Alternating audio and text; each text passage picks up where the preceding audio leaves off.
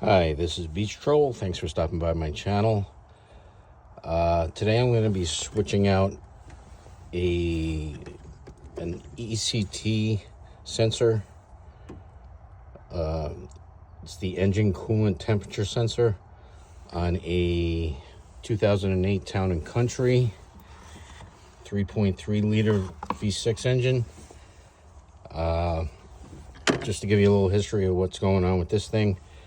I've been having an ongoing issue with losing coolant. I did notice that my engine fan wasn't working, so I changed out the relay. I do have a video on that. That did get the engine fan working. That didn't actually solve the issue, though. I'm still losing coolant. Not a lot, but typically every 50 miles or so, I'd have to add about 3 cups of coolant to the radiator. I brought it to a mechanic, and he said, "Oh, you have a blown head gasket. It's not worth fixing." But I don't think that's the issue. I'm not getting white exhaust smoke from the tailpipe. The engine oil is fine. It's not milky. It's not like chocolate milk. And then the other day I noticed, I don't know if you can see, but down here, it was wet with coolant. And I noticed the coolant reservoir was overflowing from the safety tube, that if the coolant gets too hot, it bubbles and boils, and then it expels through this.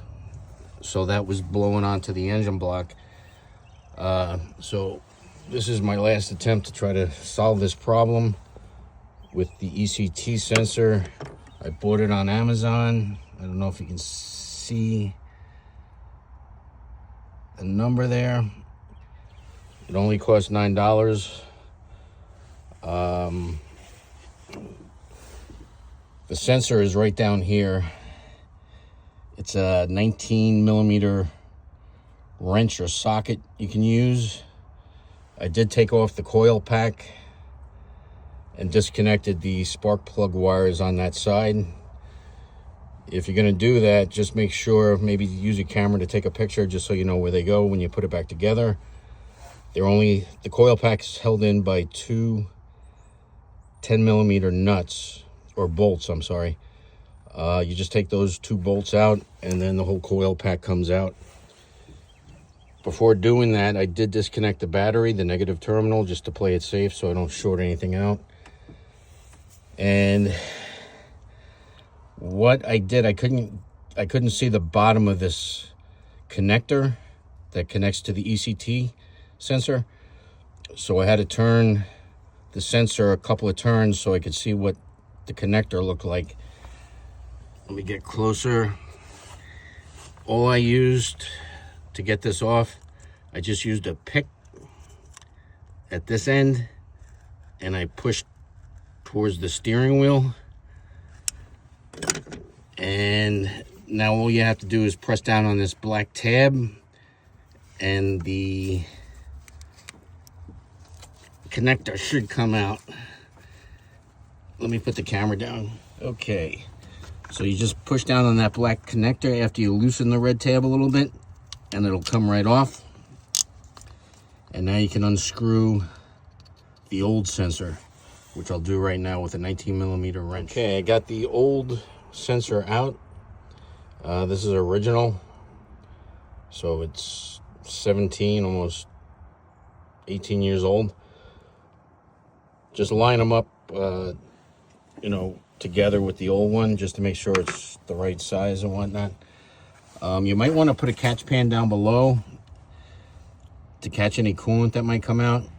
I knew I was low on the radiator, so not much came out at all for me, but just to play it safe, you might want to put a pan underneath the car. So I started hand tightening the new sensor in. I'm gonna complete it with the 19 millimeter wrench. You don't want to over tighten it. Just get it so it's snug, and I will do that now. Okay, I have the sensor almost all the way in. I'm just gonna put the wire harness back on. It'll click, and you should be good to go. Now I'm just gonna tighten it down a couple more turns. Like I said, you don't want to over tighten it, just so it's snug. Okay, now I'm going to put the coil pack back on, reconnect the spark plug wires, reconnect the battery. Okay, I got the coil pack back on with just the two 10mm bolts. You don't want to over tighten those either, just get them so they're snug. Something I think I failed to mention, I did disconnect the harness for the coil pack as well. So just gonna push that back on and push the tab to lock it into place. Reconnect the spark plug wires. Just do it in the same order you took them off. Sometimes it helps, like I said, to take a picture with your camera, just so you know where the parts go when you're putting it back together. Or for these, you could use like painter's tape and just put, not that it's corresponding to the actual cylinders, but just put like 1, 2, 3, so you don't get confused when you're putting it back on. Okay, now I'm just gonna connect the battery. I'm gonna tighten this up and then start the engine up and just make sure there's no leak coming from the sensor that I just put in. Just as a side note before I start the engine, if you lost coolant, don't forget to top off your radiator and your reservoir. If the engine's cold, it should be down at the lower line for minimum when the engine's cold. And never open this up, the radiator. Don't open it up if the engine is hot, because you'll get scalded. All right, let's start the engine. Okay, the engine's started. You're not really going to be able to see if there's leaks. You could use a mirror to put down here to kind of look. I'm just going to feel with my hand and my fingers. And I'm not feeling anything, which is good.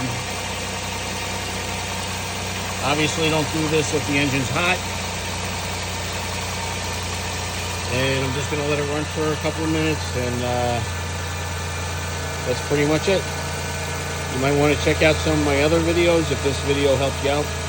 I'd appreciate a thumbs up and subscribe. And good luck on your repairs, and I'll see you on the next video.